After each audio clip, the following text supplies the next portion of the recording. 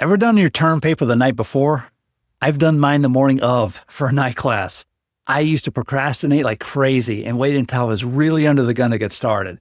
I used to tell myself I just work better under pressure until a friend challenged me on it. Would you say your capability changes when you're under pressure? I would argue no. What does change? Your focus. Many of us here in the States will procrastinate on their taxes up until about April 14th. What happens on that day? Up until then, you associate pain with doing them, but suddenly under the gun, that movie you play in your head changes and your focus shifts to the pain of not doing them on time. So knowing this, you can now change that movie that you play in your head about anything you're procrastinating on. If your movie's too short and it only focuses on the immediate pain of getting started, you'll continue to procrastinate until you change that movie to include the long-term consequences. It's just like dieting. If you're thinking about how eating a cookie will make you feel good in the moment, you're going to be drawn towards that cookie. But if you change that movie to include the regret you'll feel afterwards, or from eating just one cookie to creating a habit that will cause you to eat hundreds and thousands of cookies, and you feel yourself ballooning up, becoming diabetic, having to inject yourself with insulin every day, not to mention being overweight, the yo-yo dieting that never works and just leaves you feeling defeated and dejected. If you play that movie, how does that change your feelings towards that cookie? We can use the same technique to finally blast past procrastination by changing that mental movie that you're playing. Expand it to include the long-term consequences and make them as real and visceral as you can. Also change that movie to focus on results, not actions. You want to start to focus on the results of each choice, procrastinating versus starting now. Really get in the experience. What's it like staying up all night before that term paper is due, or on April 14th when you still don't have your taxes done? What do you see? What do you hear? What kinds of things are you saying to yourself? How unpleasant is it to be stressed out of your mind, heart racing while you kick yourself for procrastinating yet again, and would give anything for a chance to just go back and just get it done now? Focus on that part of the movie, and your motivation to get in gear will start to change. There are several other tricks that we can use that will complement this mental movie rewrite. I would say pick the one that appeals to you most.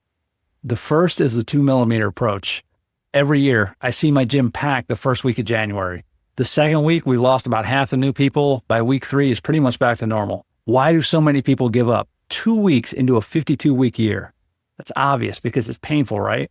Most people with their New Year's resolutions will take the approach of, I'm going to starve myself and work out 6 hours a day.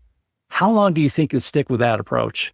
Most of us, myself included, would probably give up around day 2. Now, what we want to do is take the opposite approach.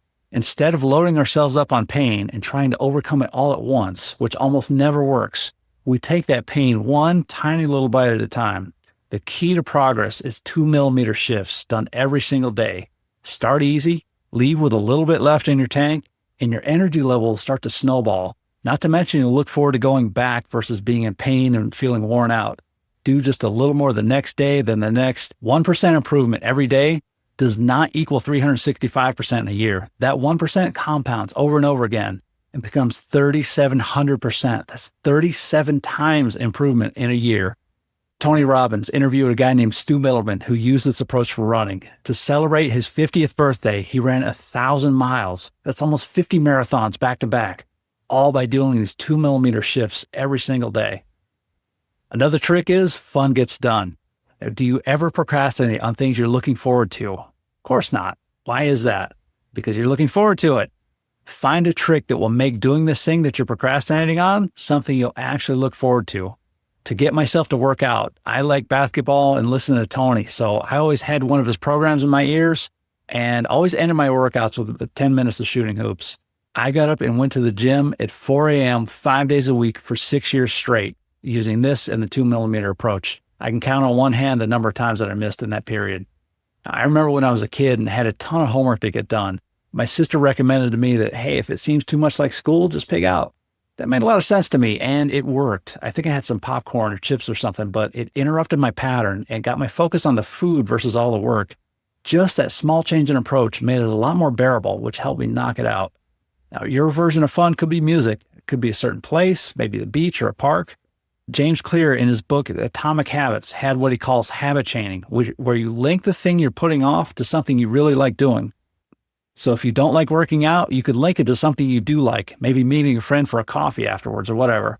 I've used habit changing to do things that I'm dreading, and it most definitely works.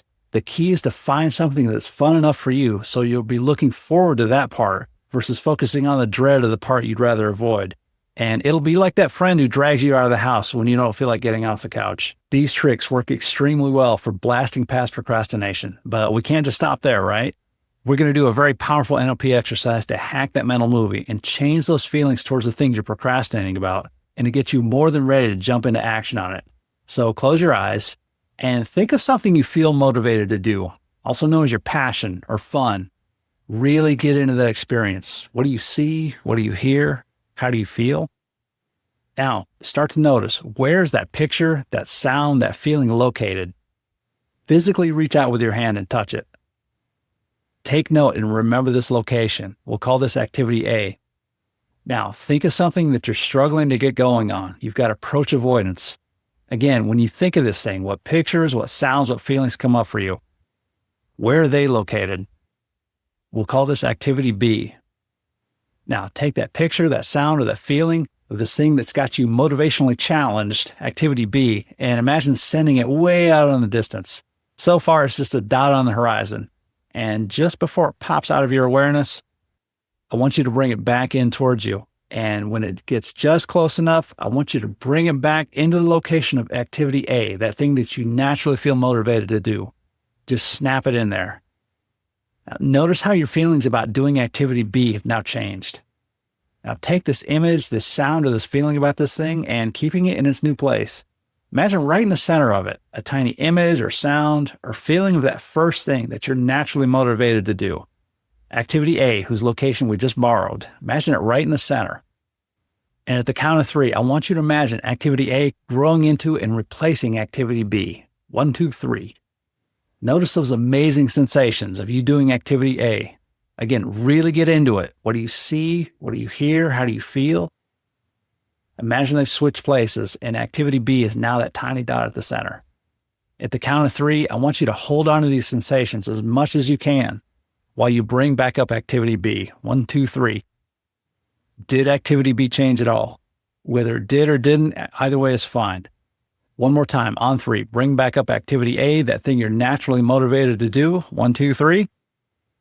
And just imagine being immersed in the experience of doing it and those amazing sensations. Now, in your mind's eye, if those sensations had a color, what color would they be? Imagine those sensations, that color flooding your body, filling up every organ, every tissue, every cell of your body. And when you're completely filled up with them, breathe them in even more.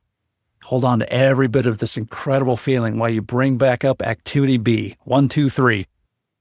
And notice yourself feeling those same motivating feelings towards activity B, this thing you had been putting off, when all you needed was to fit it in the right location, give it the right sensations, the right color. Breathe in that color some more while you start to notice how you can't wait to get started on it now. And whenever you're ready, you can open your eyes. Let me know in the comments, what have you been procrastinating on and which of the techniques will you use to get started? And check out my next video where we wipe out people-pleasing or the need for validation from other people so you can start living the life you want without apologizing.